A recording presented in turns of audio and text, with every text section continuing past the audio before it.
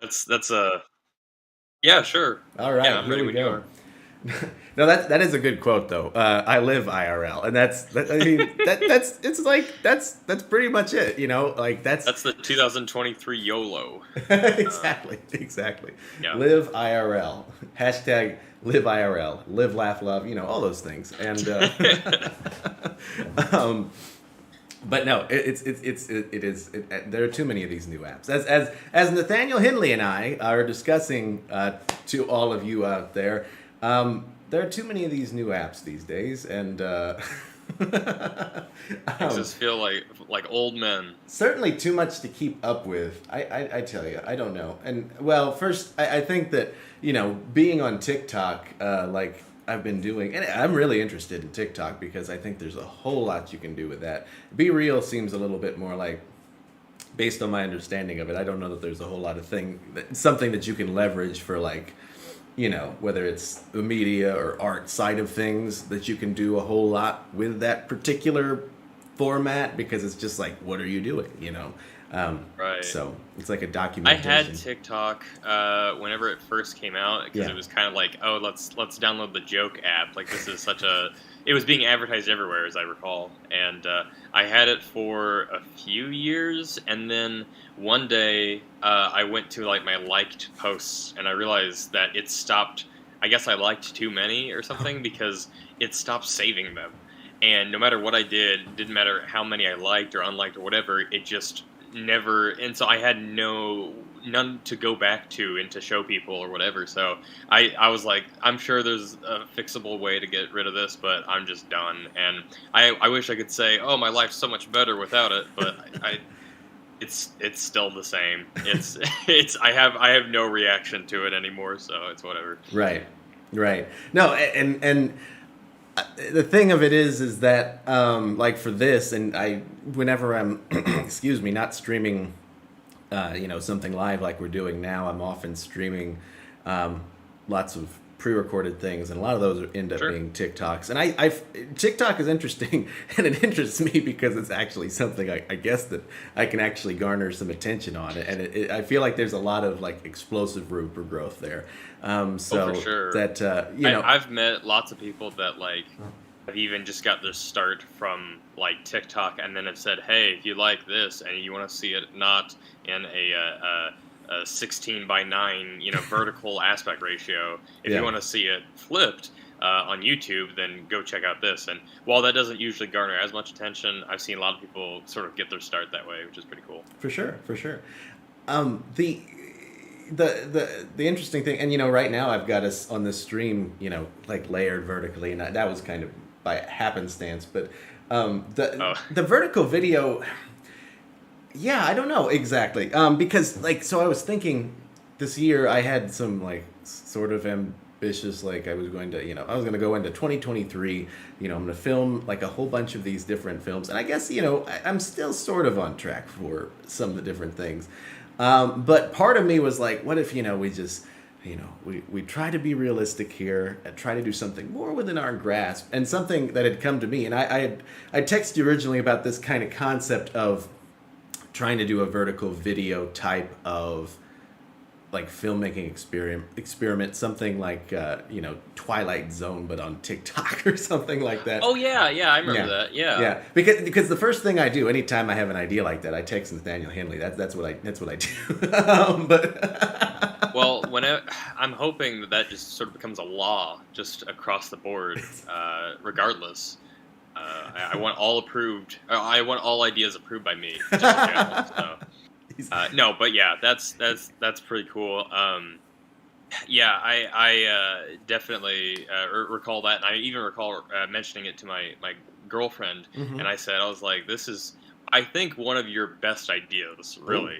I said I was like, because I know she in particular would flood to that, yeah. being able to watch Twilight Zone sort of recapped or summaries, analysis, whatever, on TikTok. Very much sounds like something in her ballpark, and I know if it's in her ballpark, it's in other people's as well. So Sure, sure. The what like basically in the concept of it would just be an anthology, but in that speculative fiction type of zone. Because it's interesting to me the different kind of effects that you can already do baked into a lot of these apps. Recently, I've been working a little bit more with like 360 apps and things, or 360 cameras and things like that, which have really got like an interesting, like, looking in the app, they've got all these like suggestions, like, if you like twirl it around in a circle, it'll create this kind of like, Yeah. and it's like, what?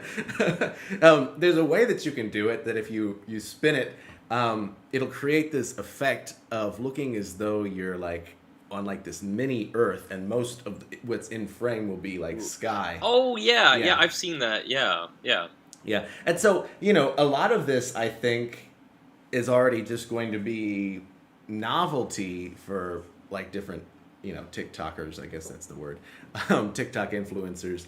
And Yeah. I think that maybe, if you did something where, and unfortunately you couldn't do a whole lot with like monologue if you were going to do like Twilight Zone on TikTok, because you can't walk out and say, there's, like, picture the story of a man on a small, tiny planet, like drifting in space. Right. Because that's something half your I've video. noticed is something I've noticed is that I really feel like TikTok works as a sort of, if you will, sort of a bathroom app, which is, I would describe as something you pull up while you're on the toilet.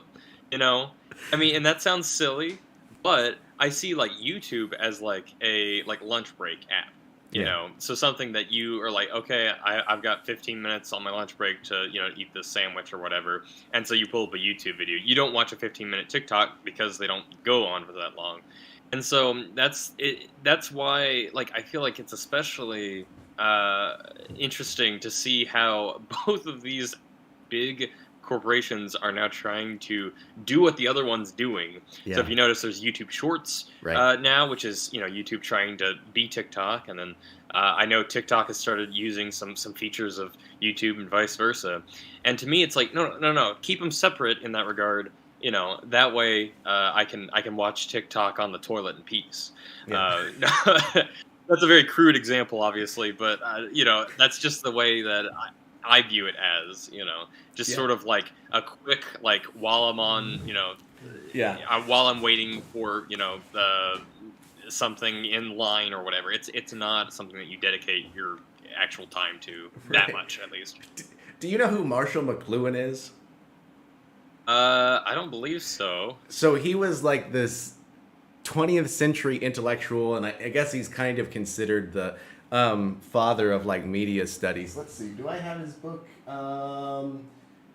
Oh yeah, it's up there, but I'm not gonna get it anyway. So I was gonna say I probably wouldn't be able to read it all in this one. Right, exactly. Anyways. I'm going to open it up, and no, that is not conducive to the video format, as Marshall McLuhan would point out. And he's he's kind of influenced me a lot. But he had all these terms of like, the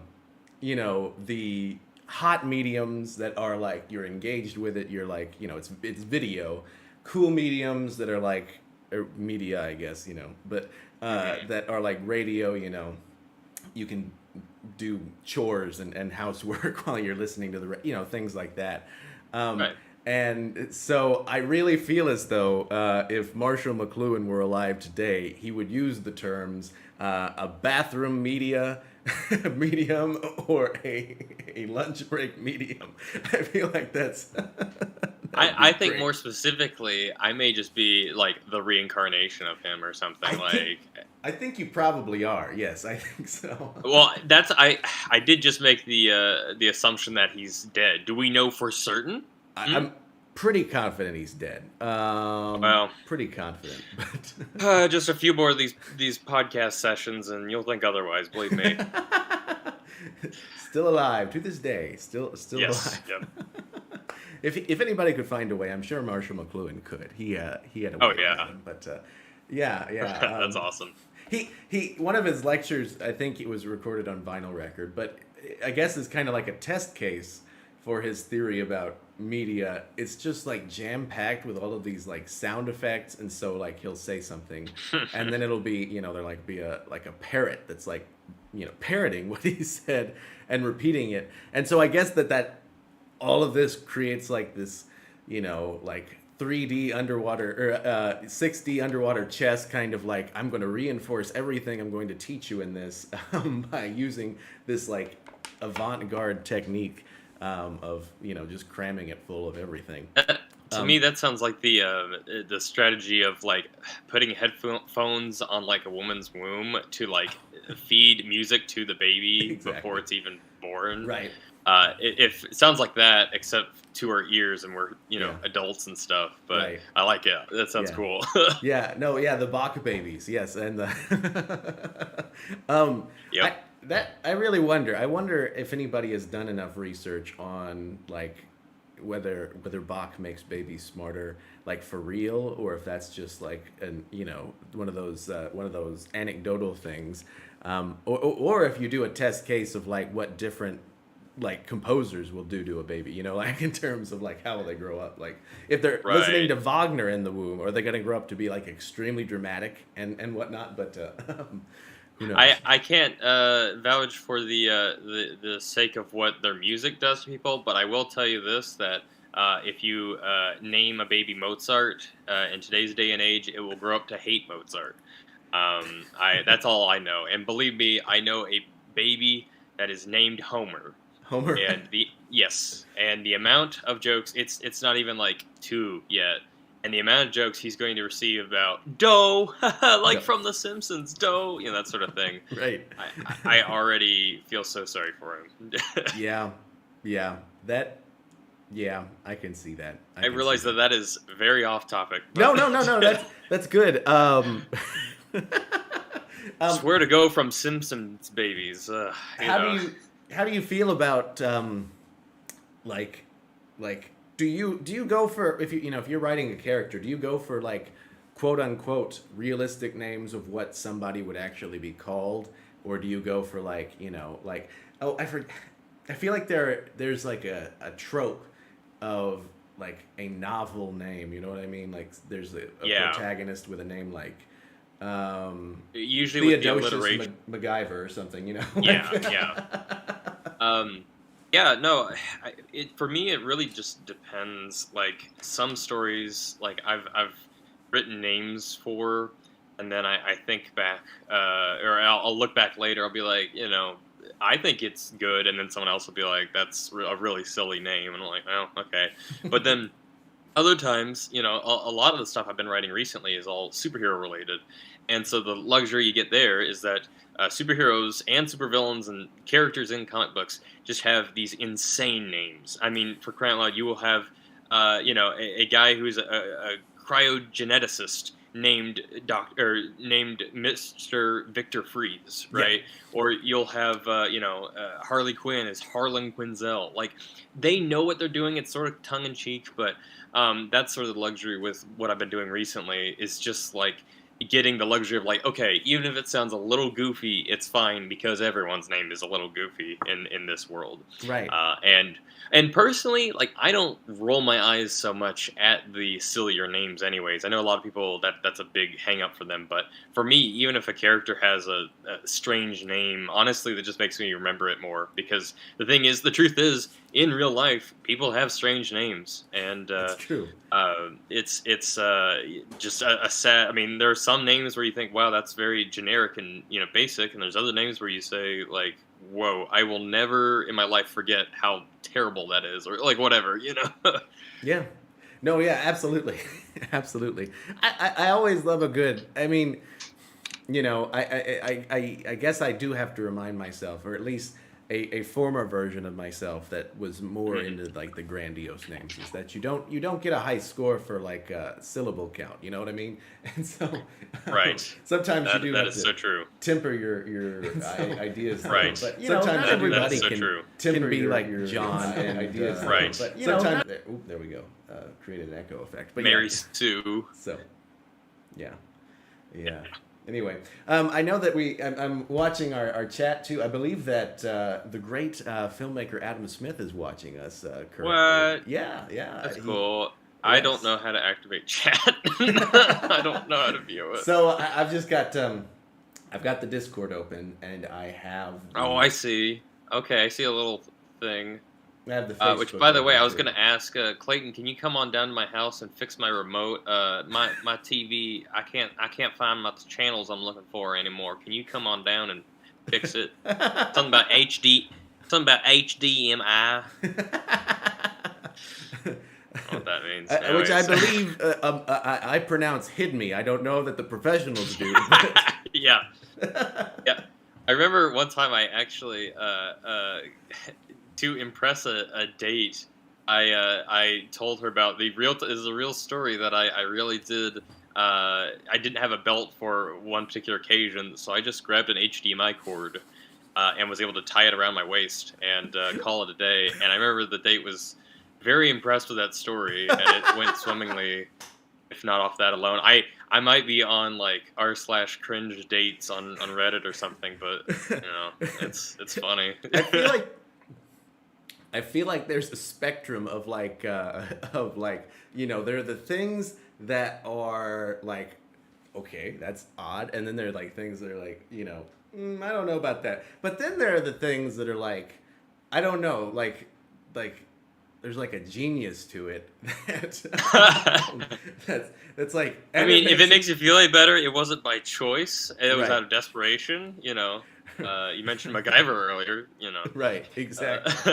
Exactly. Right. And I feel like that's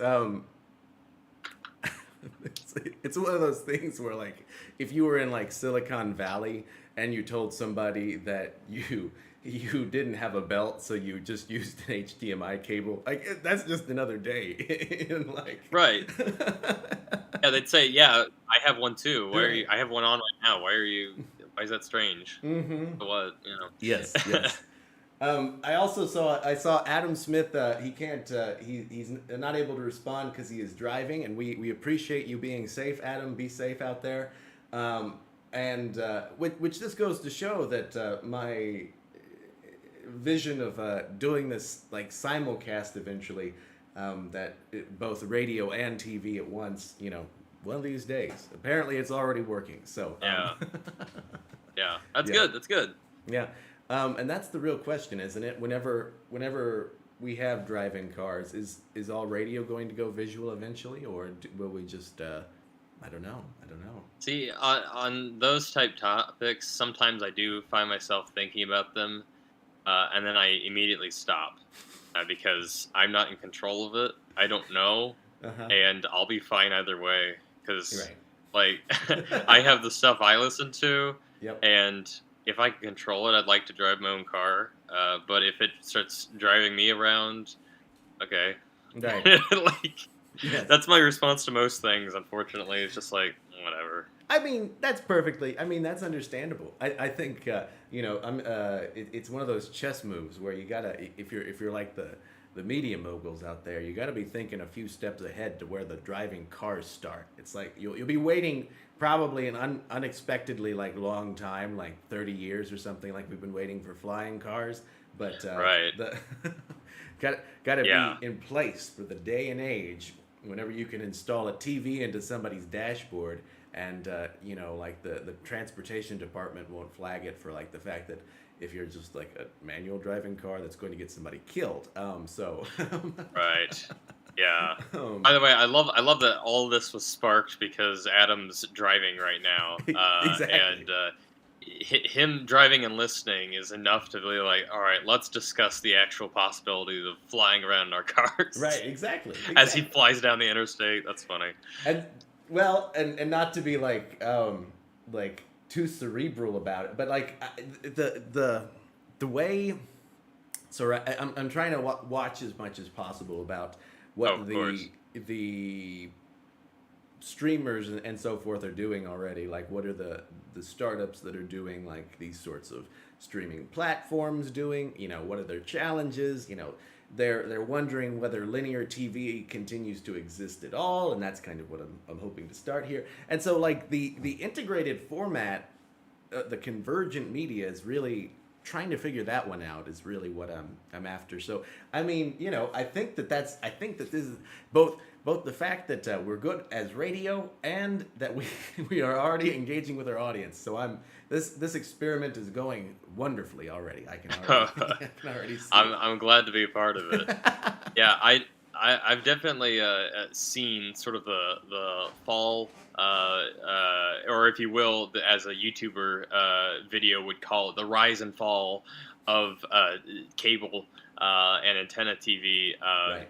Because I am one of the only people I know my age that still actively watches TV, Ah. and when I do, like every day, I see it getting worse and worse and worse. They're charging more for it, but it's no better. It's actually significantly worse. And a big problem I've been seeing that no one's really talking about, because again, people our age aren't really watching TV, is that just the lack of like variety anymore. Everything is the same Yeah. show again, and the really good stuff just Yeah. ends up on streaming services or whatever.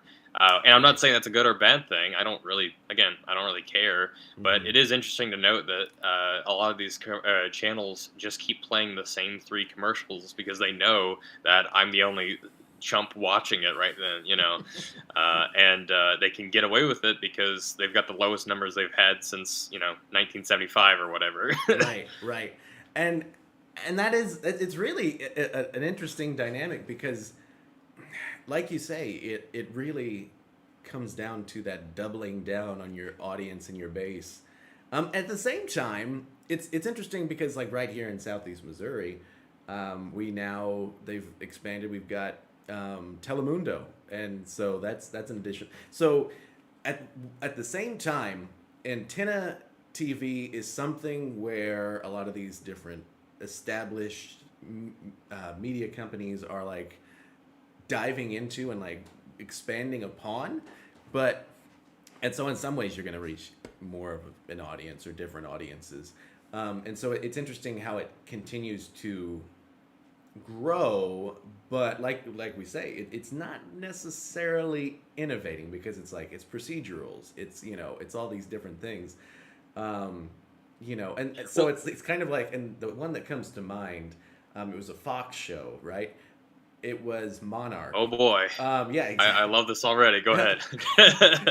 It was the show Monarch, which was basically, it was, you remember that Empire show was about like a hip Yes. hop music industry company, and this one was about country music, which appeals to me because I unironically, before like everything went to crap, of course, you got to have that caveat. Right, right.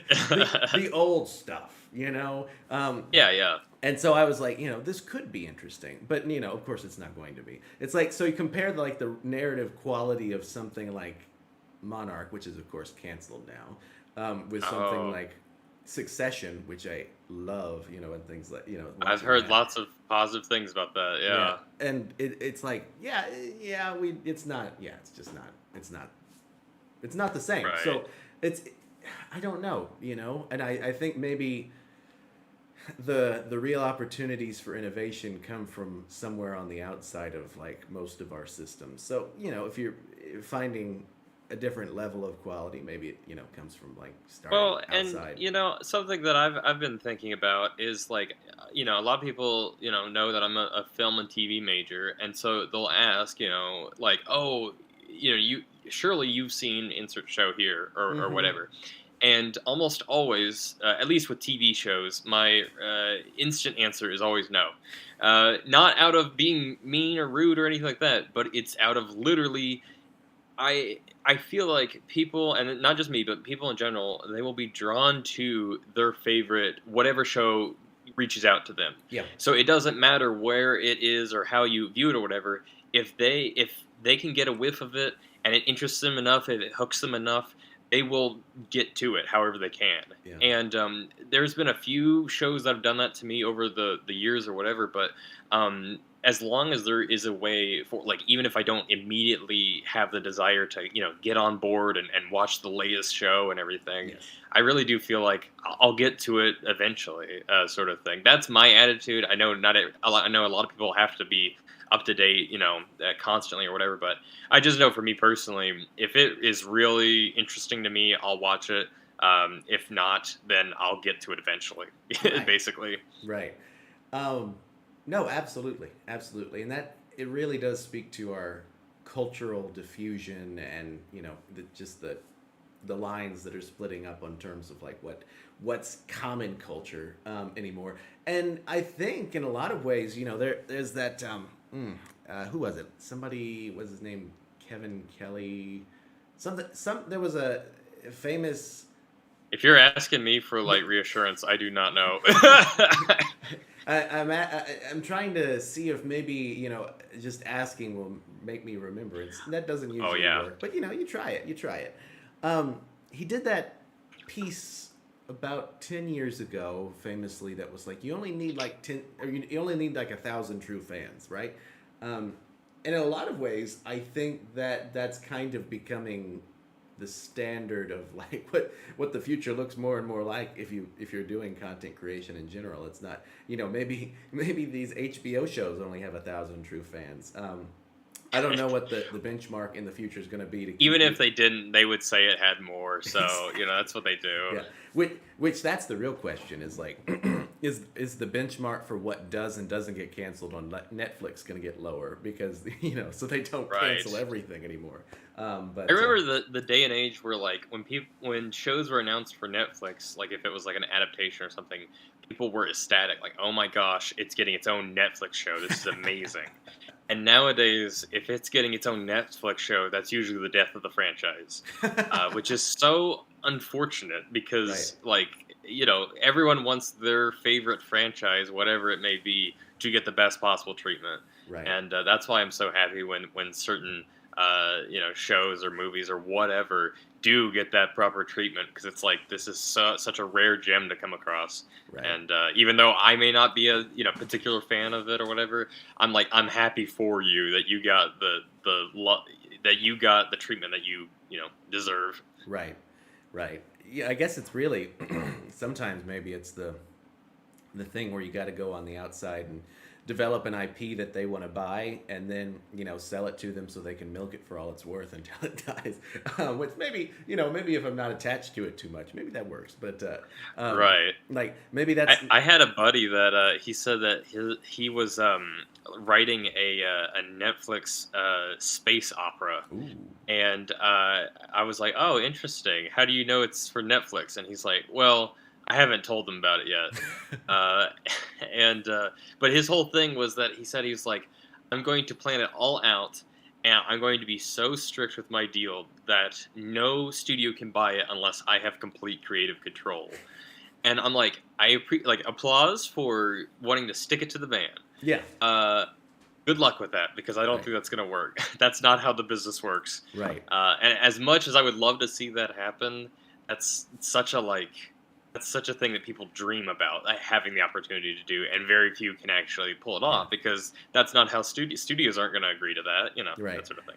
If only like Google didn't exist and like and digital footprints because like Orson Welles was, I think it was in Ireland he did this, and he was over there and he went over to their theaters and basically told them, I am a big deal over in America. And so they just believed him because what are you Yeah. going to do? And so that's how he got his start, was he just BS'd his way into theater, which is brilliant. Isn't that the one where he went over there and he said, "Yeah, I'm whitelisted in America," and they said, "Wait, what listed?" He said, "White," and they're like, "You sure you're not blacklisted in America?" And he's like, "No, it's good, we're good." That's I'm fascinated with him. I wish I knew more about him, but he's great. I know. I love him to death. He's such an interesting figure, and I love to listen to him talk. And He's got a very fun voice in Yes. particular, Yes. among other things, other features and everything. Right. It's great. he had such an interesting way of like just normal storytelling, and it's terrible. And I mean, like you can belabor the point in general of like how bad it was that he's like, he Of was like course. he got the big hit, and then everyone tried to screw up his works and Yeah. micromanage him and things like that. It's like, why? It's like he's already on top. Maybe it's just to appease Uh, William Randolph Hearst, but I don't know. Anyway, I had to for one of my community college classes, I had to watch Citizen Kane, and I watched it, and I was like, eh. I was like, I get why this was a big deal, but whatever. But also part of the assignment was you had to watch one, you had to buy this specific DVD oh to also watch the DVD, not commentary, but the behind the scenes of how it came to be or whatever. And the behind the scenes was so much more interesting than the movie to me because I was like, I didn't even have to see the movie to really appreciate this behind the scenes. And that's not a slam on Citizen Kane. I get it. I get the appeal of it and yeah, everything. But especially when you're being forced to watch it in yeah, community college, it just doesn't hit the same as much as like, it's a sunny day. I'm going to go watch Citizen Kane, that right, sort of thing. yeah, yeah. I know it's a basic thing, but I'm just obsessed with it. I love it. And I guess I need to look for the behind the scenes type thing because I'd love to see that because it's like the total work of art, and Yeah. visually, and it's interesting, just like that kind of peak innovation, like driving it forward that much. And I think that um, in a lot of ways we're seeing. I mean, there's just so much innovation in film that it continues to drive forward. Anywhere, everything, everywhere, all at once. That was I feel like we've got these major leaps forward all the time. And I've just been thinking, I turned 24 a couple of weeks ago, and if I'm going to stay on track of modeling and patterning my life after Orson Welles, I've got to get on that major masterpiece because by the time I'm 25, I've got to be working on my Citizen Kane. Otherwise, I'm never going to make a decent movie, right? That's how it goes, right? Well, That's the hey, thing. no, think about it this way.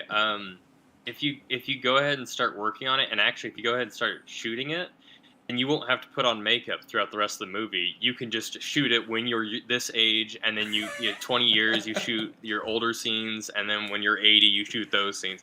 That would be a step above what he could do. Right, No, exactly. Exactly. No, well, that's so yeah. whenever you mentioned like the total work of art thing, I think you may be slightly impressed, hopefully impressed here to know that there is a word that the Germans use called Gesaften. I forget how to say it. Gesaftenmukt. It's very strange. It's a very long word. But it basically translates in English to synthesis of art. Yes. And I've always like really been drawn to that word in particular because I love the idea of like there's no limit to what I put out or whatever. Right. What you're seeing is exactly what I wanted put out there, and it's not like, oops, that was a little mistake I left in or whatever. You've polished it enough, you refined it enough, if possible, to get it to a point to where it can be exactly what you want, and that's Mm-hmm. something that I think, regardless of your medium or whatever, you should definitely strive for. Is that Yeah. Gesaftemut? Yes, exactly. No, and I know that as well, and I think you've done a better job pronouncing than I have ever have, and so I appreciate that. Well, I've But also never met anyone that knew about the word, so I yes. feel a little dumber. No, just kidding. I'm I've done. disappointed. I had Crap. this. Just kidding. I'm not done. I'm back. I had this thing I was going to show off, and now I can't. I mean, I've been there. I've been there. And Yeah. um, no, I think that's a sign, though. I think that's a sign. That's a good thing. I think we're on the right podcast for that common word. Because and because it can be so many things. Because and I was telling a friend this. Do you know Rachel Grubbs? Wait a minute. No, that's a different Rachel. Okay. I guess I don't. Okay. Did you say yes I well, don't listen. or I guess I don't? I guess I don't. Oh, okay. I thought you said yes, I don't. And Well, the thing is, like, in my brain, I go through every Rachel I know, and then I yeah, go through every person with the last name Grubbs I know, and then I was like, no, I yeah. guess not. Well, basically, I just made the comment, that like film is everything. You've got everything that you can put into film, whether it's the form and the textures and the detail, the music, the dialogue, the writing. It's all there. And that's really the beauty of it. And I guess maybe virtual reality will be that thing next. But I guess you can't really smell in virtual reality yet. But those Hey, sorts of things. I'm not done. Well, I'm working on my smell-o-vision. Smell Give me. exactly. Listen, actually, for real though, the only problem that they had with smell-o-vision when they initially tried to figure it out was that people were allergic to some smells. It was Oh literally no. like a thing of like, oh, smell this new Downy product or whatever. It's like, oh, cool, and then but across America, kids would be sneezing. I'm allergic to that, that sort of thing. That's the only problem that smell-o-vision has so far. But anyways, go ahead, go That's ahead. amazing. That Yeah. that's good. That's good. And and and as we just keep talking about the media and how to communicate these things, I've been like, you watch like a perfume commercial, right? And I watch my fair share of like perfume commercials. Yeah. Sometimes I binge them, and it's always like, how do you communicate what this scent actually means? It's like it's Yeah. it's oh, what's her face from Thor and Star Wars, and I can't think of Um. her name, but Not Natalie Portman. yeah, Natalie Portman. So like, Oh, it's I like got it right. Natalie Portman being a bohemian among like sunflowers and running through fields, and crying sometimes, and then cutting to like the thrill of it, the euphoria and the downs and the low. It's like. So I guess this is what the scent means. Is that it's Well, like and I think part of it, whenever they get these celebrities on, is they'll show Johnny Depp burying a necklace, and you just yeah. have to imagine what Johnny Depp burying a necklace smells like. Uh, and Exactly. honestly, he's in a desert surrounded by a horse. That doesn't sound too appealing to me, but I mean, at the very least, that I at least remember it. So if I was ever in the market to buy a new perfume, I would think, oh yeah, this is the Johnny Depp horse perfume. What does this smell like? And if it smells good, okay, I'll take it.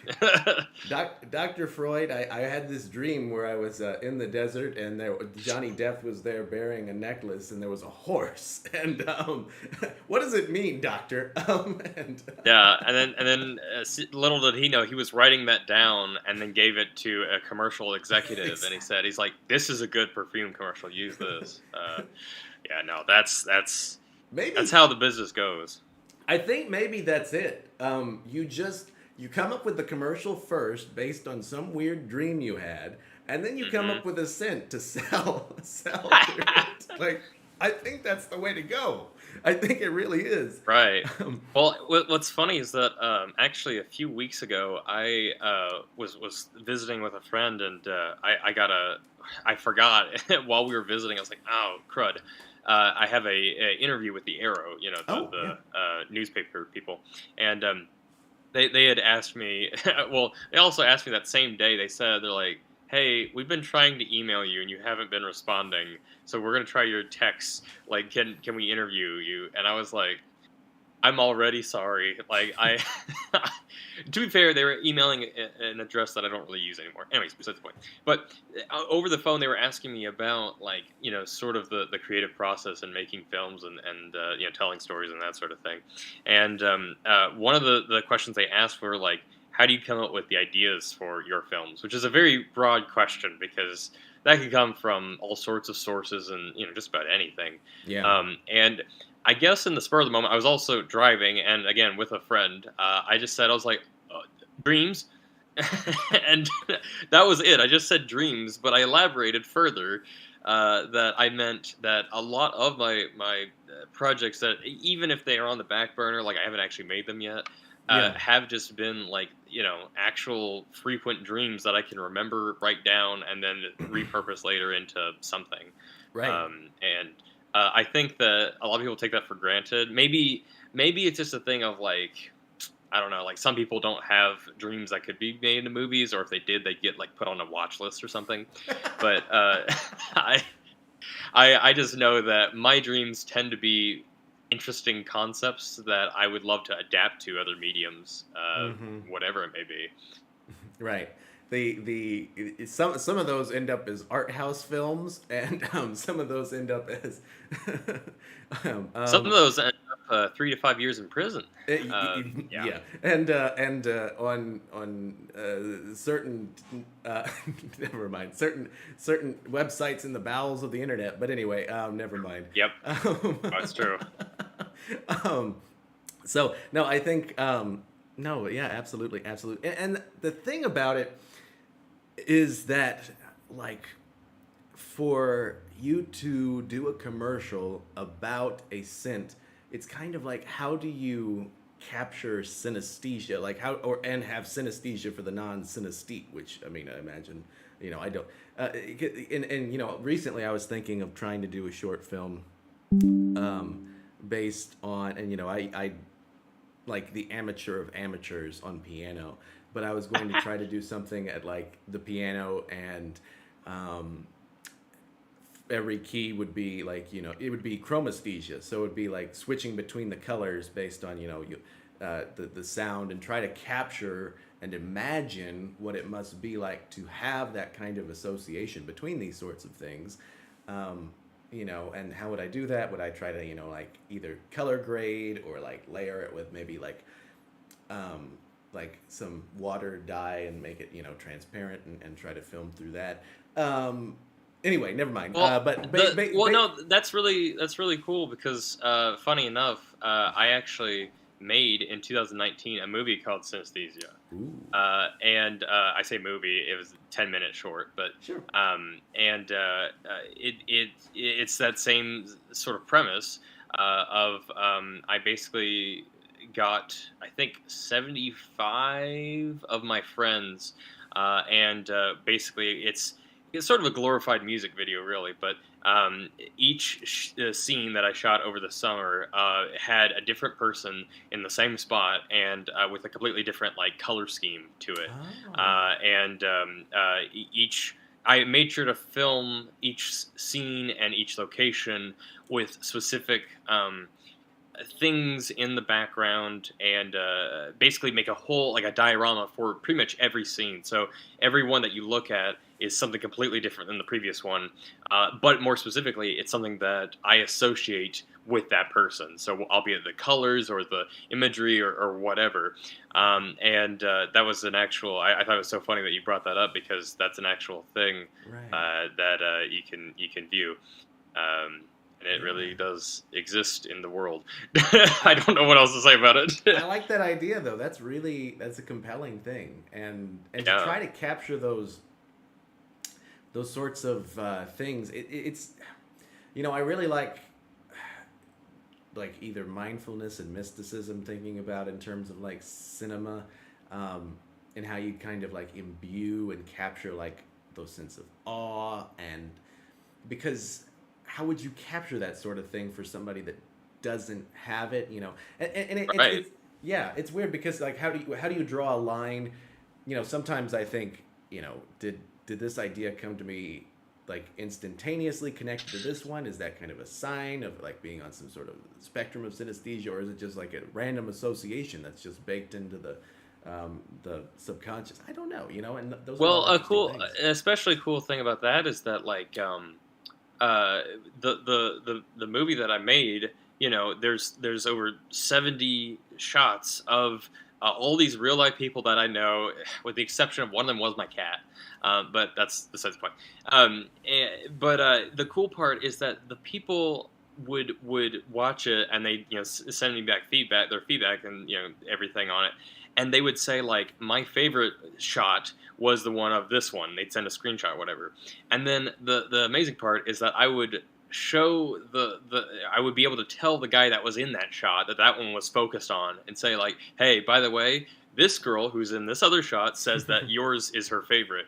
And then he'd be like, oh, well, tell her that that was one of my favorites, or whatever. Hmm. And there was all this like intertwining of like my friends from all across, I don't say the world, but all across it from everywhere are able to connect in a way that, although it may be through me, they know people and can associate colors and ideas with people Yeah. that they had no clue even existed prior to this.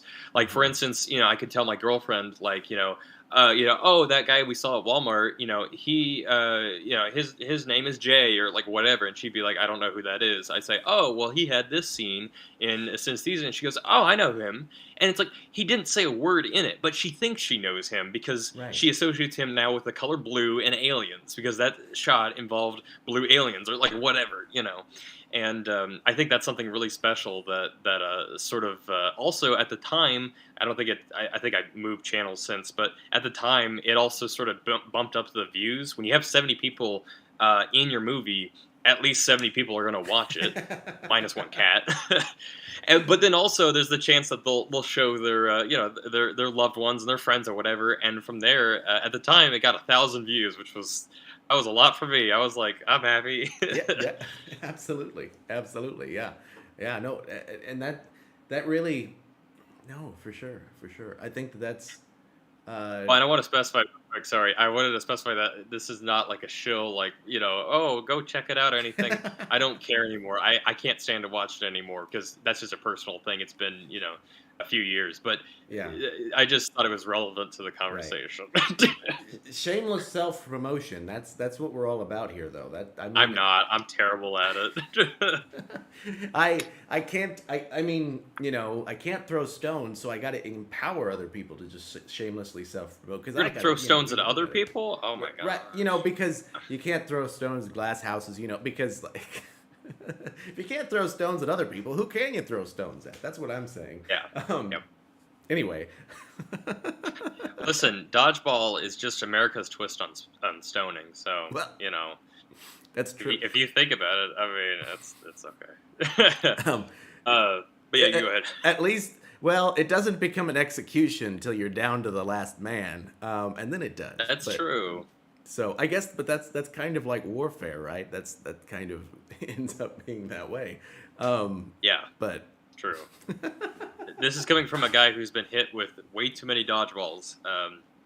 relatable, And yeah. I've also seen in the movies something that always drives me crazy is for comedic effect. They always have the characters playing dodgeball in the school, and always a big round kickball, not a dodgeball, a kickball is thrown at their head, and they're claimed out. That is not how dodgeball works. That can't be, Nothing yeah. about that is regulation. That is not the right size. That is not the right type of ball. And if you get hit in the head, the person who threw it is out. That is how the game works fundamentally.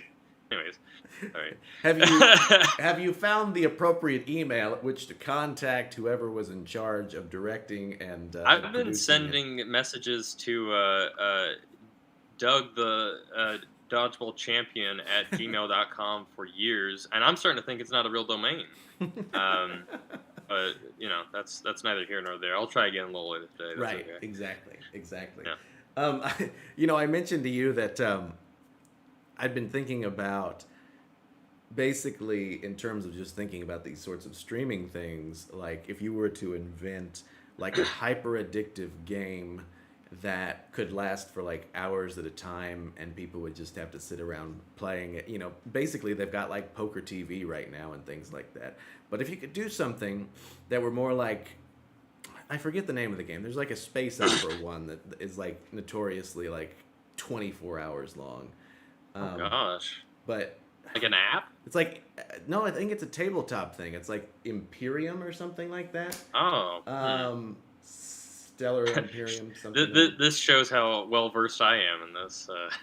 No, no. I mean, it's obscure. It's not, and I'm not much of a Oh, tabletop okay. guy.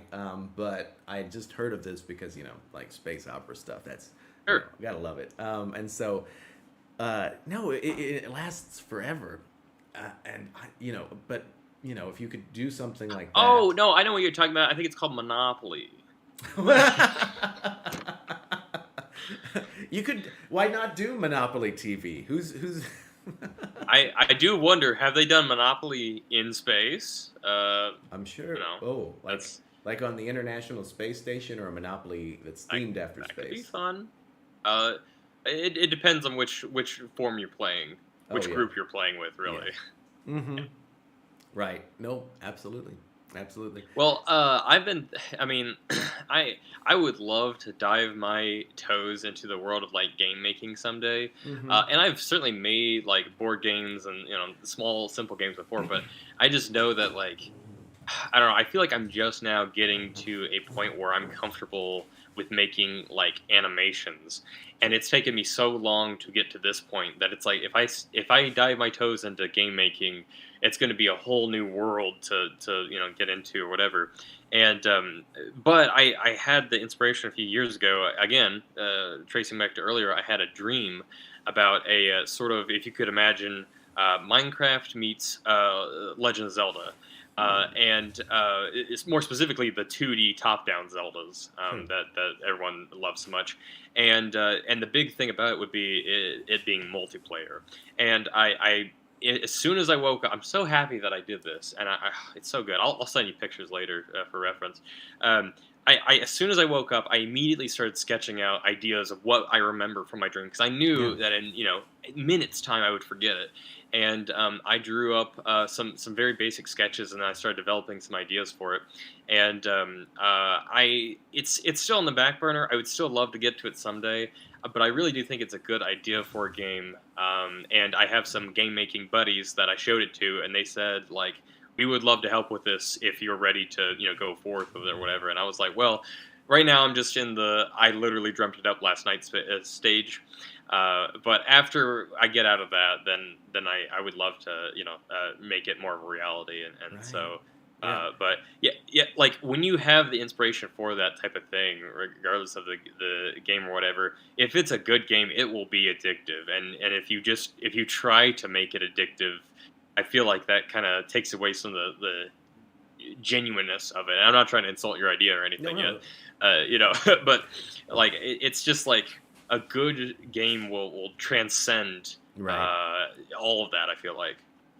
Right, and I think it's hard because it's like, and no, I do believe in like, of course, like doing things purely for the sake of like this is a great idea as opposed to like shameless marketing. But there is a certain amount. I mean, there's the duality, and I feel I'm constantly torn between the soulless marketer in me and the soulful artist, and we'll see who wins. But so no, and that's good. And for those sorts of things, like where you wake up and like, oh, I want to make a game now. I wish that there was like a specific like 2 or 3 hours each day that like whatever my latest thing is that I could just set aside some time to be like, I'm gonna like focus on this for the next little bit. And sometimes I Right. do, leading to like other things to be thrown off for a while, which isn't great. But That's how it basically goes. like containing those sorts of things to where like I have time to explore these wild and these things on the outside of it. And like I had I'd had this idea of and I've been talking to you as well about this this movie that I would like to make, in the not in the nearest future, but in the future. I would like it to be my Citizen Kane movie, the one that I make Uh, at 25. in your It's, lifetime, yeah, yeah, yeah, in my lifetime will do, but yeah, in the near future would be great. Um, yeah. it's the, and just in short, it's the, it, I guess I can, I guess it's, I feel like it's over I reported. feel like you have to spoil it if Yeah. because it's something I've actually been thinking of. Is sort of why you decide whether or not to spoil that.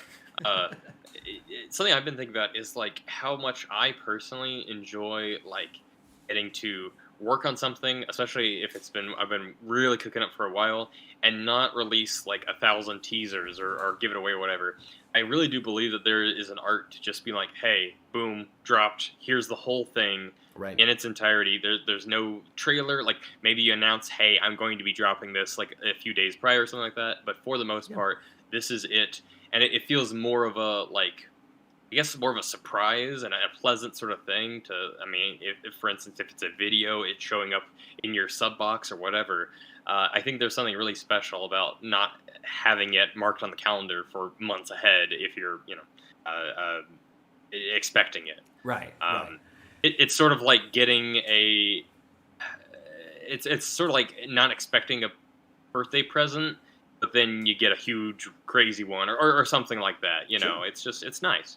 Yeah, for sure. I think that that's a good way to split it.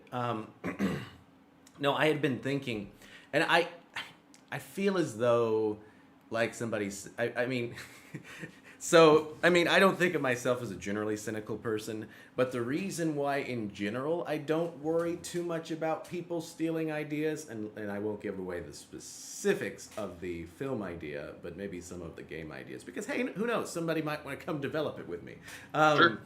Uh, it's the interdimensional whodunit thing, and so that's my the one I want to like to do, and I think if Adam's still listening, I've told him about it, and Jacob Smith, I saw your comment as well that marketing minor and relating to the duality that yeah it's it's a whole thing, and we're glad to have you here too. Thanks for watching.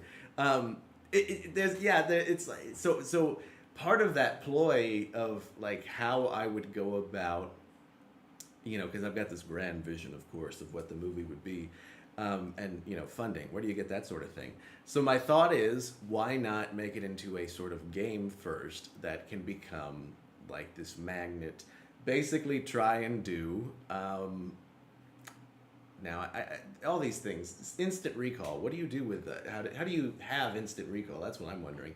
The murder mystery with the Among Us. Yeah, that's it. Basically, try to do an Among Us type thing, but in a different way. In a different way. Like so. Right. So. So it's like an interdimensional whodunit. Basically, with that concept, you can go all kinds of places. Right now, of course, I've been experimenting a lot with Midjourney in terms of image generation. My thought is, if you could do something like this, have a bunch of the basic concepts and models for, and maybe even like recruit actors that you would want to use in this sort of film. And maybe I will do that. I've got several pictures already, so it'd kind of be matching actors to faces I already have for these sorts of things. But if you had a bunch of information that you could use to model actors, and for these sorts of image generations, create that sort of database, right? And then create Sure. your own image generating system. So if this game were played in Discord, you could hook it up to a language model AI, right? And you could hook it up to an image generating AI. At least I assume that's how it works. I'm learning as I go.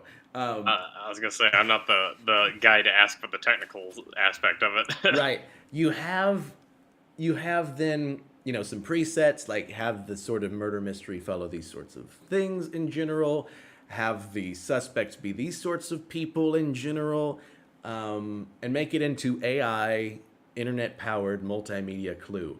And so then you have the AI that will like create a new variation each time of the story, to tell the story, and then based on what the characters do within that, it'll respond differently.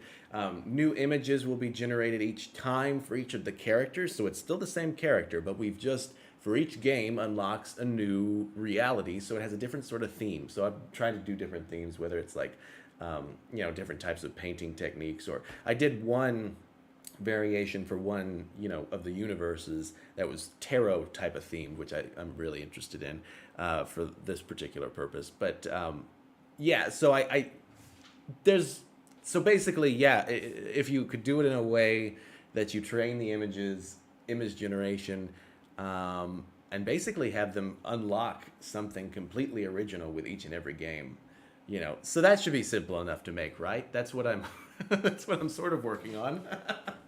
In a perfect world, your idea goes from your brain to reality, Yep. and that's it. There's no trouble. There's no middleman. There's no problems whatsoever. But Yeah. the good news is that we're living in a day and age where that is as close as we've ever been. So Yeah. you're going to have a lot easier of a time pulling off such a huge feat now than even 10 years ago, Right. for instance. Yeah. Right. No, and that's absolutely true. And as I'm sort of learning as I go, you can just for this separate AI project, which I won't talk about but I'm very excited about it, and you'll hear about it whenever it happens. But and I think that this one, I think I'll be able to follow through on this one. But the you can go on Fiverr and find some guy that lives on the other side of the planet, and he'll be able to do it for you for $100 or so. And, Sure. but I'm sure this will cost more. So we shall see. We'll Well, see. and the cool thing is that like you can even I know there are some movies out there for whatever reason. If you ever heard of the movie Gemini Man, Yes. which yes is an Ang Lee movie. I think it's Ang Lee. Yeah. And they wrote it and were planning on making it. I think in like 2002 or something. But they wanted to use CGI technology to de-age. I believe it was Tom Cruise at the time, Mm-hmm. which is already a joke because Tom Cruise has not aged in 50 years. Besides the point. Yep. But they wanted to de-age their main actor and then have him fight their current actor, Yeah. and they like postponed it because they said our technology just isn't good enough yet. And then I think it was like 2019 or 18, something like Yeah. that. They eventually did do it with Will Smith, and the movie bombed hard. Not because of that, but Right. a number of other reasons. I think the reason it bombed was because it's a movie written in 2002. It doesn't quite translate the same to nowadays. But regardless, I appreciate lots about that movie, but in particular, I appreciate the fact that they had the restraint to say, let's focus on just observing and studying like sort of what we can do with the new technology. Right. And so by the time it got to the point where they said, okay, I think we're ready, we've been trying to figure out, crack that code on how to make this the best looking product we can. And I think even if you do ever get detoured from working on it in the moment, just being able to take notes and say like, okay, this is how we're improving. This is how, in general, things are getting better. Could be really worth it, as opposed to nothing's worse than putting out a product and then a few months later it already looks outdated, for instance. Right. Which is something that a lot of movies from like the 2000s suffer from, at least with CGI. I Yeah. think. Oh no, for sure, for sure. And I think that there's a lot to it where the things that you're like able to say afterwards. I made this like last night, overnight. Like I didn't sleep. I just started making this thing and now it's done. I think that there's a lot where you can just credit that to things bubbling up in the background, developing a lot in the background, because there's a lot of that because like there was a kind of, it's like a weird western play that I'd written in November, and I'd had elements to it that I'd been developing, and then it comes together all at once. It starts pouring out of you, and that's always the best thing. Whenever you got something you can put on the back burner long enough that it can just flow out, and that's amazing. That it usually comes in written form and not much else, because other crafts don't come as like simple and easy. Sometimes they do, maybe like video editing, Well, maybe. right. Well, without giving away too much on my end, I recently came across a doodle, a drawing that I did, I guess at work, or Yeah. oops.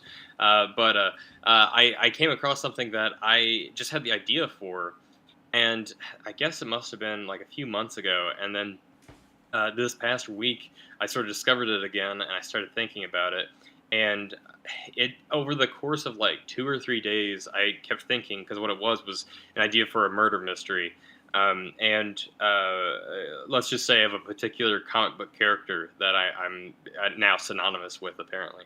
But anyways, I was really thinking on that, and it took me on being on a long drive home to my house for like an hour and a half or so, to really just think to myself. And in the course of that 1 hour and a half, just me driving in the dark, or it's nighttime, just going home safely, but still very much in thought, Yeah. that I sort of cracked the code, and I was able to connect all these pieces that were, I felt like they were ideas, but they weren't really drawn together just yet. And I feel like, actually today I'm really proud to say that I opened up the script writing program that I have to start at least writing it, so I can write it down now while it's still fresh in my brain. And so while I know I'm not going to be making it anytime soon, I feel good knowing that it's in my back pocket and Yeah. that I can pull it out for when it's not on the back burner and more on the, I guess, front burner, Right. front furnace. Yeah, no, exactly. No, absolutely, absolutely. And just like last night, I'd written a new scene in the interdimensional whodunit, and yeah, these things just kind of come at once, and I it's one of those amazing things where the aha moments, they just bubble up, and then they happen. And there's a few different models for like creativity, but there's the one that basically just works to incorporate that. Find some time away from the problem, and I guess when you've got multiple different ideas and projects, that you can it creates this whole like So go to a overlapping. different project. Yeah, Yeah. exactly. You move to a different project, and then eventually the other one comes back around, and you're back to it, and there it is, and then you go for it. So I don't know. There's just, it really is a fascinating thing. Um, Sure. I don't know. It's I wish that. So I mean, of course, we all wish that it was more. No, on it's demand, I wish but, that I guess that's we gotta Well, deal and I accordingly. just think that as long as you're not in a position where you are like, if you're writing on your own time, if even if that is your job, like if you're in a position where you can write like not so much, oh, I've got to get this done by the end of the day, sort of thing.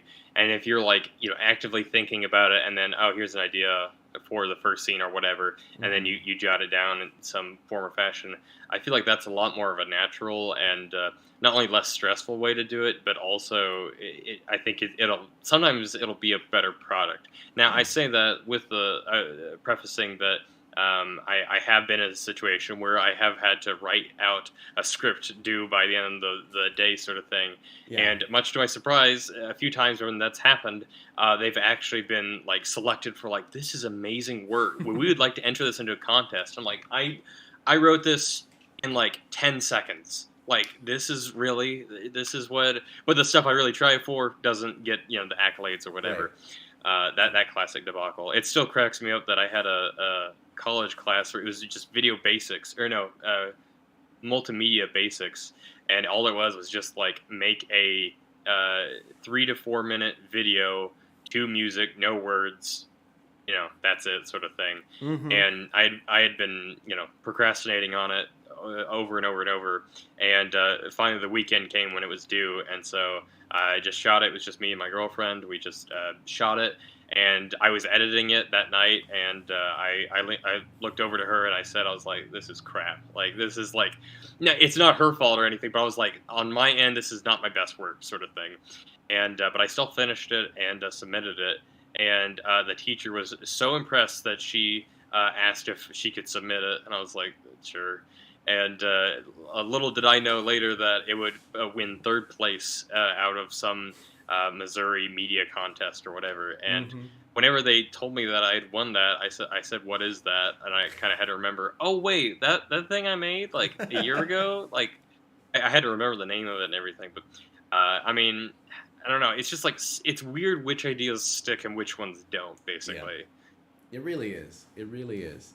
No, that's amazing. And I don't know. There's like, I guess there's the applied force that sometimes you need, or that the process wants.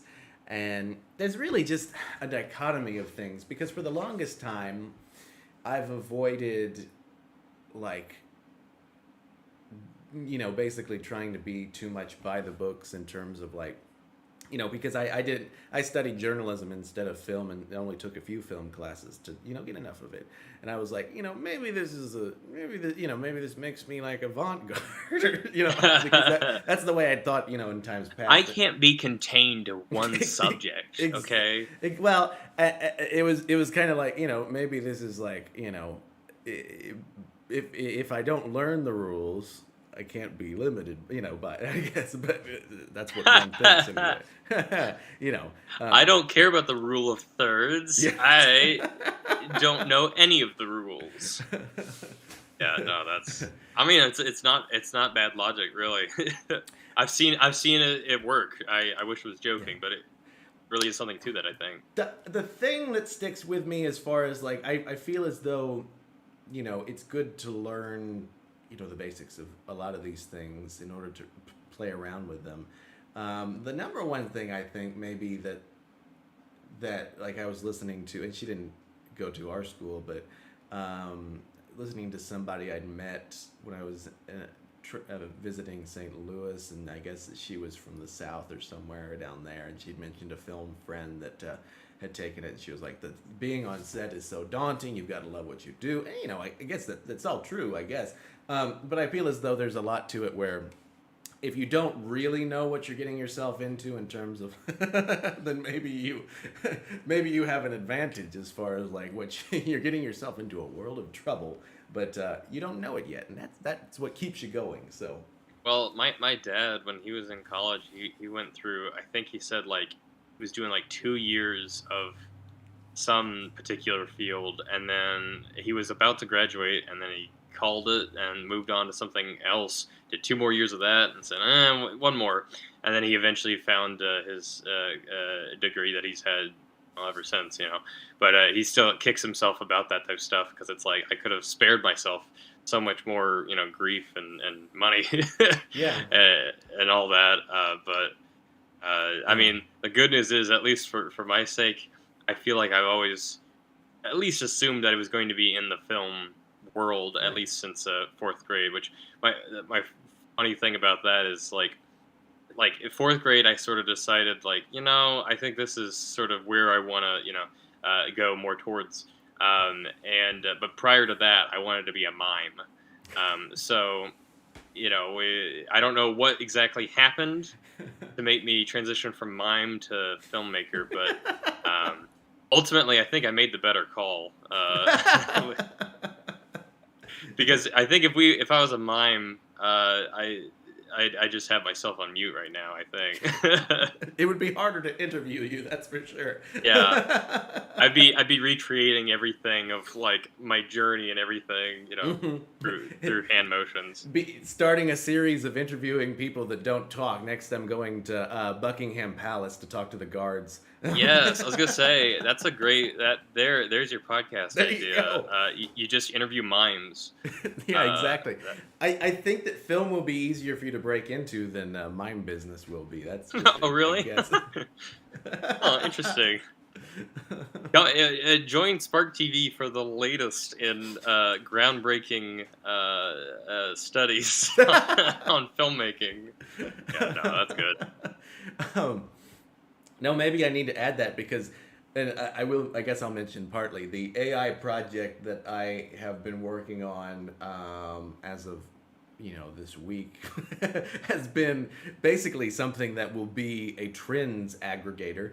That will tell us things that matter to creatives, whether it's job markets or geography as far as hubs that are popping up. And so part of that, maybe I need to include the mime market. What's going on? That's true, dude. They are so left out. They really are. Nobody talks about what's going on with the mimes. Not even the mime company. They really don't have too much to say. You want to talk about silent majority? Man. Anyways. But yeah, no, it's... I gotta say, I don't think I've ever heard anyone say, I really need to tap into the mime market and see what all that holds. The demand for mimes right now is just so huge. See, the sad part is, though, like, back in the day, mimes were like a legitimate source of entertainment on the streets and everything. Nowadays, if you want legitimate entertainment, you just see some crackhead on the streets or some crazy person on TikTok. There are clowns everywhere on the internet. They take more forms than mimes, and believe me, they do not shut up. Quite the opposite. It's fantastic. I have a lot to say about mimes. Let's put it that way. It's kind of like if you were to if there were like an NPR interview about how the lack of mime attention or something like that, and you had to get your you got your microphone out and you were going, NPR. We're talking today with the biography of a man that's and he Yeah. says that mimes don't get enough attention, and we've got him in studio to talk about his latest book. So I how do would you feel love about to. that? And then Yeah, I was gonna say I would love to take a big sign that says "mime population is way too down" or something like that, and storm outside. I don't know what companies are oppressing mimes right now. I really don't yeah, know, but yeah, there's someone out there that's doing yeah, mimes not injustice, and exactly. I just want justice for Yeah, mimes. That's all. justice for the mimes. And maybe this is I have a simple wish. everyone must have a dream. Um, and maybe this is too much of a stretch, but maybe the connection between going from wannabe or aspiring mime, future mime, to future filmmaker was just the imagination. You're picturing the True. world around you. Now, instead of pretending to be in a box, you can get inside of a box and shoot the POV of being in a box. Yeah. Well, so like the thing is, like when I was like in fourth grade wanting to be a filmmaker, I think a big thing that pushed me towards that direction was that was when I first got stop motion software and started doing stop motion. And my teacher at the time was extremely supportive of it, and he even uh, at the last day of class, he let me show off a 10-minute stop motion that I had made based on a book that we read in class. And I remember like that as being like a really like solid foundational like thing that really pushed me towards the direction of filmmaking. Mm-hmm. I'm not sure what pushed me to want to be a mime before that. I really don't know, because it's not like I was that quiet or that big of a class clown or anything. I genuinely don't know why or what happened psychologically to make me go wake up one day and say I want to be a mime. I really don't know. I mean, that's just part of it. That's just how it works sometimes. You make it up as you go along, and when the inspiration hits you, maybe someday you'll live out your mime dream still. Maybe.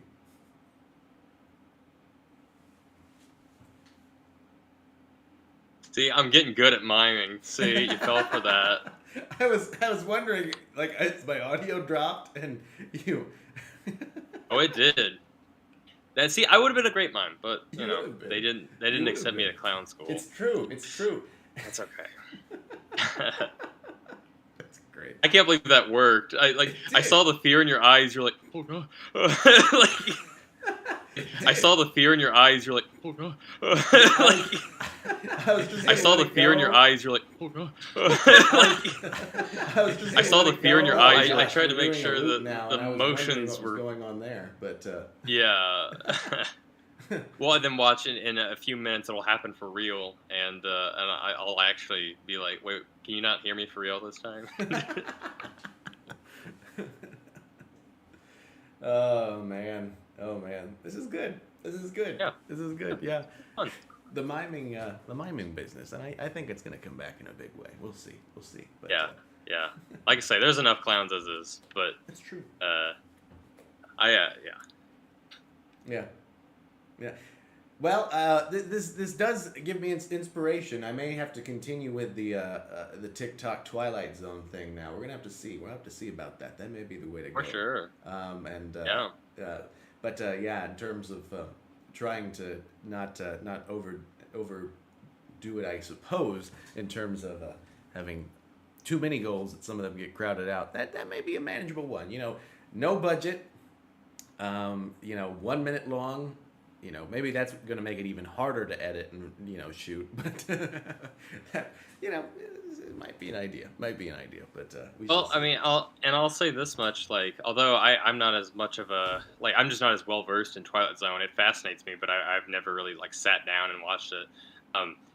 There's a series that I've tuned into very frequently where all throughout the month of May it's called Bat May, and they cover episodes of Batman and like sort of just dissect it down to like, here's our favorite parts, here's the parts that are kind of screwy, and then here's some really good moments that you should watch out for, without really spoiling the episode, really, without really giving too much away. Mm-hmm. And like, even though in a lot of cases I've already seen all these episodes, it's still nice to hear someone else sort of analyze it from someone that really appreciates it. Mm-hmm. And I think that's a cool perspective to get to have, is when you come across these, like in your case, real Twilight Zone heads, Sure. that are just all about it, to get to hear sort of confirmation Yeah. that, like, hey, your favorite moment is also my favorite Yeah. moment. Yeah. I think that type of stuff. These are YouTube videos that I watch of Batman, Mm-hmm. and they're usually not that long, I don't think, but I already know that obviously May's coming up, and it's coming up in a few days, and I've got my big foam finger out for Batman. And I'm sure that if you could make a format like that, especially on TikTok, Yeah. then you would get some people with big foam fingers for Twilight Zone Timber or something. I don't know. You'd think of something better. I probably have to clarify though, and I was just gonna go along with it. So the Twilight Zone isn't so much the subject matter as it's kind of like the format. You know what I mean? Like, so basically, fictional. Okay. and I'm dumb. anthological. Sorry. No, you're good. You're good. And I think that you're still right, because there's so much you could go into with that.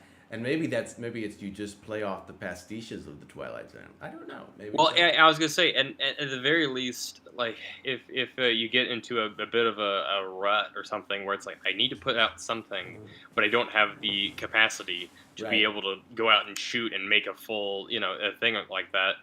Then maybe you do resort to just commenting on, the Yeah. old episodes or whatever. Yeah. I think there's definitely a market in both those things. Right. For sure. Yeah. I was exploring the idea of cinemagraphs today, which apparently are basically, GIFs, but, photographic GIFs, in that there's a slight movement, but enough to where it's not like a loop. Maybe you've got the trees rustling, but, it looks kind of like it's just continuing to rustle and things like that. You capture something in that moment enough to where there's kind of just an ongoing flow of an idea that's a photograph in motion. And so I don't know, there's as far as like bite-sized art that's truly art, not just, I guess in the broadest sense, just, kind of like either novelty or entertainment. I mean, Yeah. maybe to be an art snob about it, but yeah, to draw that line. But so I feel as though, to elevate the format, to experiment with it, to go into it and make the 1 minute long Citizen Kane movie that we need to make. Yeah, so I don't know. Anyway, yes.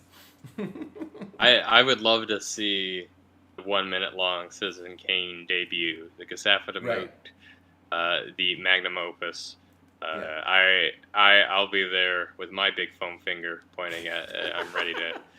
There you go. Sorry, I get addicted on certain phrases. That's one of them right now. maybe that's how a 1 minute long Citizen Kane goes, is that it's like it's the whole life flashing before your eyes in a minute's time before you die.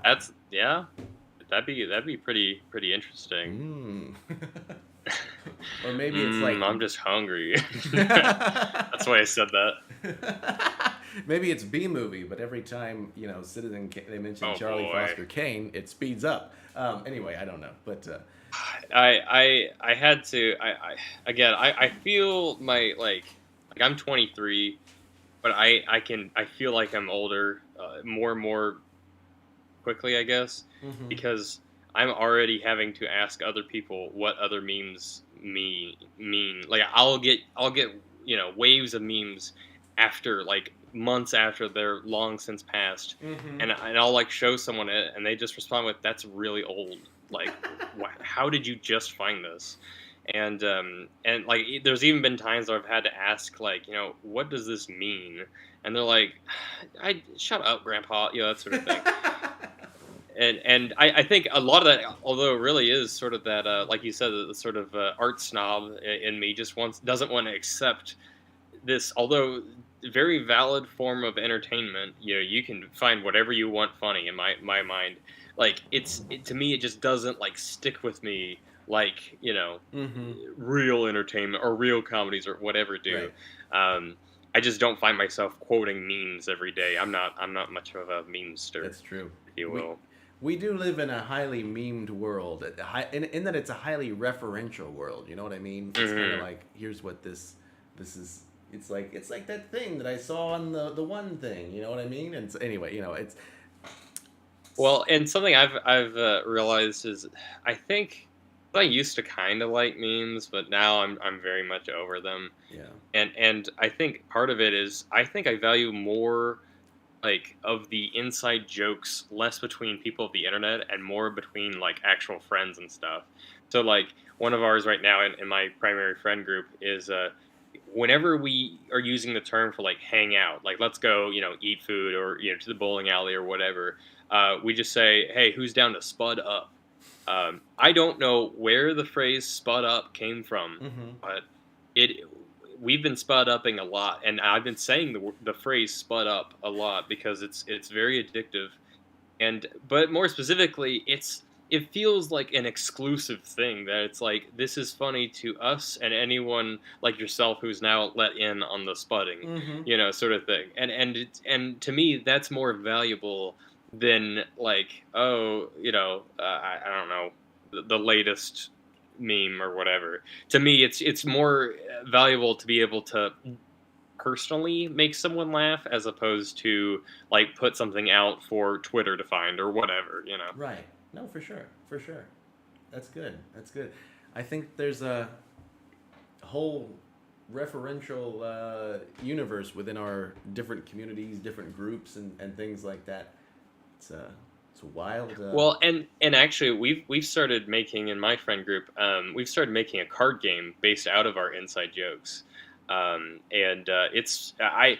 All I did, the most I contributed was I'm like the mom friend of the group. I'm always the one taking all the pictures of our going outs and us spotting up and stuff, and so I provided the pictures for the cards, and some of them are just so genuinely funny. There is one of me; it's one of my favorite pictures where I don't quite remember the context, but it's me holding a fake skeleton skull with its eyes lighting up, and I have a sword, and I'm screaming like this. And that's like a big power move. If you get that card, I think it's called like decapitation or something. Like that's a big deal. But it doesn't matter because they always know I have that card because whenever I get it, I immediately start busting out laughing, and they're like, "He has a decapitation card. I know it." That sort of thing. So it kind of Yeah. definition of poker face.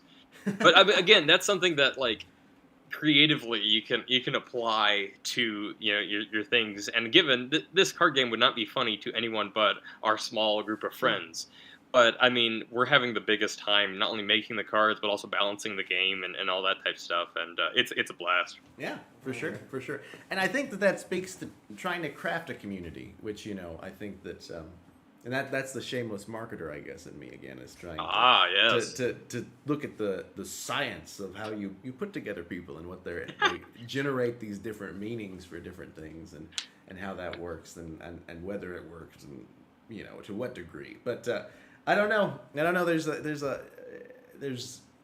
yeah, there's just microcosms and macrocosms, and fandoms, and cults, and anyway,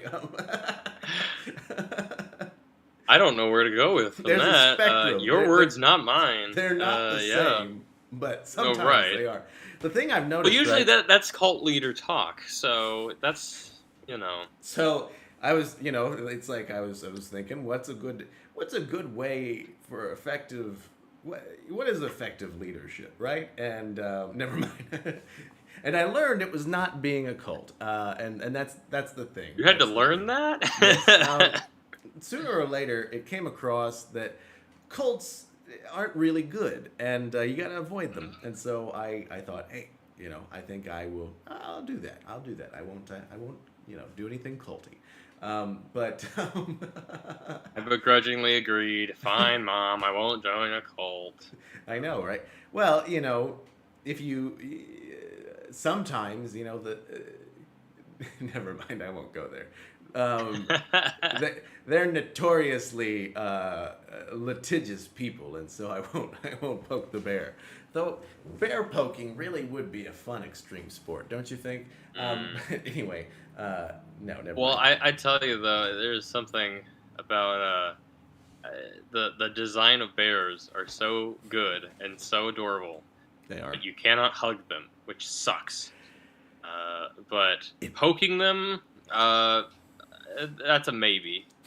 That's a maybe for me. But some places bear wrestling is outlawed. Can you believe that? I can't believe that. That's again, more reasons why. If you have an idea, come to me first. Like, do not do it. There's one of my favorite comedians on Instagram. He he has in his bio something that I wish I had the comedic genius to come up with this. He just says he says in all caps, "Please ask my permission before watching any of my videos." And I think about that a lot, and because I'm just like, that's really good, and so that's kind of me right now. With if you have an idea, run it by me first. It does not matter what it is, run it by me first. I don't care if you just want to take a bath tonight. That's up to me to decide. That sort of thing. And I think honestly, the world would be a little better place if people listen to me, and then maybe we would be able to wrestle bears and start cults and that sort of thing. Cults would be better if I ran them. That's what I'm saying. Yes, yes. Nathaniel I've been saying Henley it for years, but is the creative director of everything, and that's my ultimate goal, I believe. right, exactly. Who doesn't want that goal? It's like the it's like the Iron Throne of existence of like. Yeah. I will say I really do feel at times when I'm like playing certain games or creating certain things that I really do feel this sort of this desire to be in not control, but to have order for things. Right. And that's something that I've really figured out about myself. That all my life I've been very again. It doesn't matter if I'm in control or not. That Right. doesn't matter to me. I just want there to be, sort of at ease, that things are normal, things are not crazy, things are just fine. And whether I have to be the person to make that happen is depending on the situation. But I think that's why I enjoy so many, like at least video game wise, games where you can customize and craft the world or make it exactly how you want, like Sims, Animal Crossing, that sort of stuff. Right. Those games resonate with me because it's like, okay, it is literally I don't hurt anyone's feelings by saying you need to change your outfit to my character because it's just me, that sort of thing. And that's something that I've sort of figured out about myself. Yes.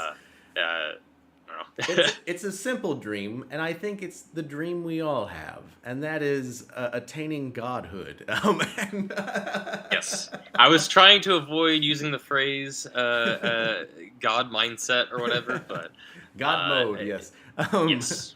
There's mindsets, and then there's grind sets, and then there's the godhood grind set, and you That's true. you aspire towards it to Yes. to that ultimate control.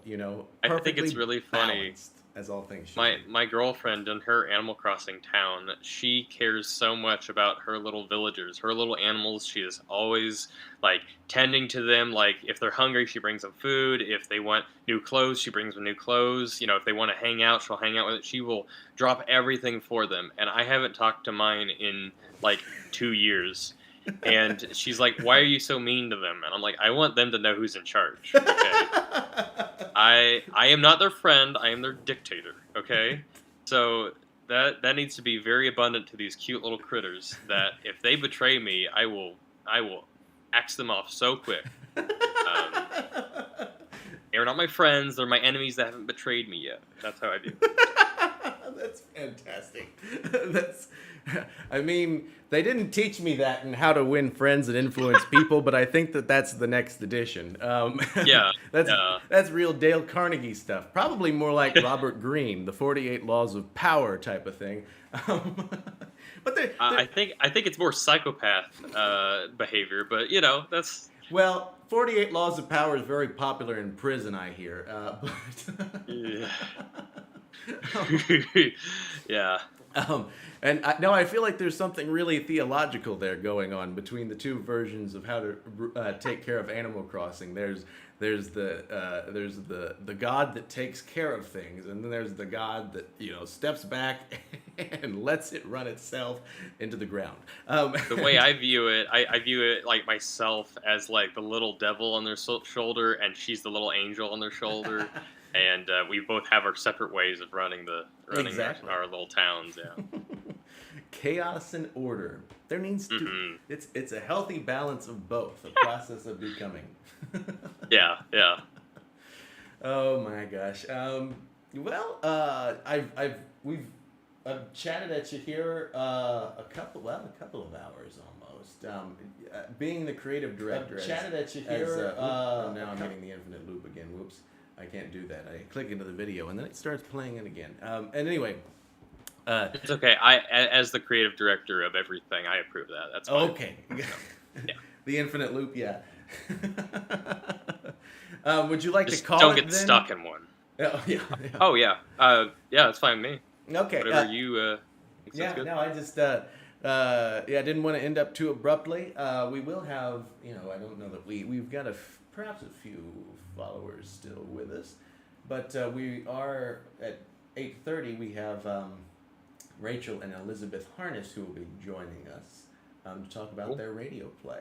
I missed that medium. That's a great medium that I haven't dabbled in a while, but. Hey, as long as you haven't missed that meeting, that's what matters, I think. Oh no, yeah, no. Yeah. Okay. Yeah. No, the meeting's still coming up. The meeting's still around the corner. Yeah. They'll be joining in here. I mean, technically, I guess you could stick around if you so desired, but that's. I'm being honest. This whole time, I made the terrible mistake. I have a sugar cookie like right off screen, and I've been eyeing it this whole time. And I don't know if you can see the drool in my mouth, but I'm so ready for a big old bite of this sugar cookie. You don't even know, dude. It's too pixelated. It's too pixelated. I can't see any drool at all. Yeah. Well, yeah. I've been having to suck it back up. I've been having to hang in there, but I'm ready for this cookie. That's so. great. All right. Yeah. In that case, we're going to go ahead and start a countdown. Nathaniel Henley, thank you so much for being here. We appreciate your time. It's been a Thank you. blast. Yes. Call me anytime you want to talk about anything, especially if it regards Legos or stop motion or Batman or mimes. Sounds great. Yeah, no, the mime thing. We have to follow up on that and see what's I was gonna say the mime reports. I want a status report on that. In-field reporting on the mimes. All right, we will talk to you later then. All right. Bye. Take care. You too.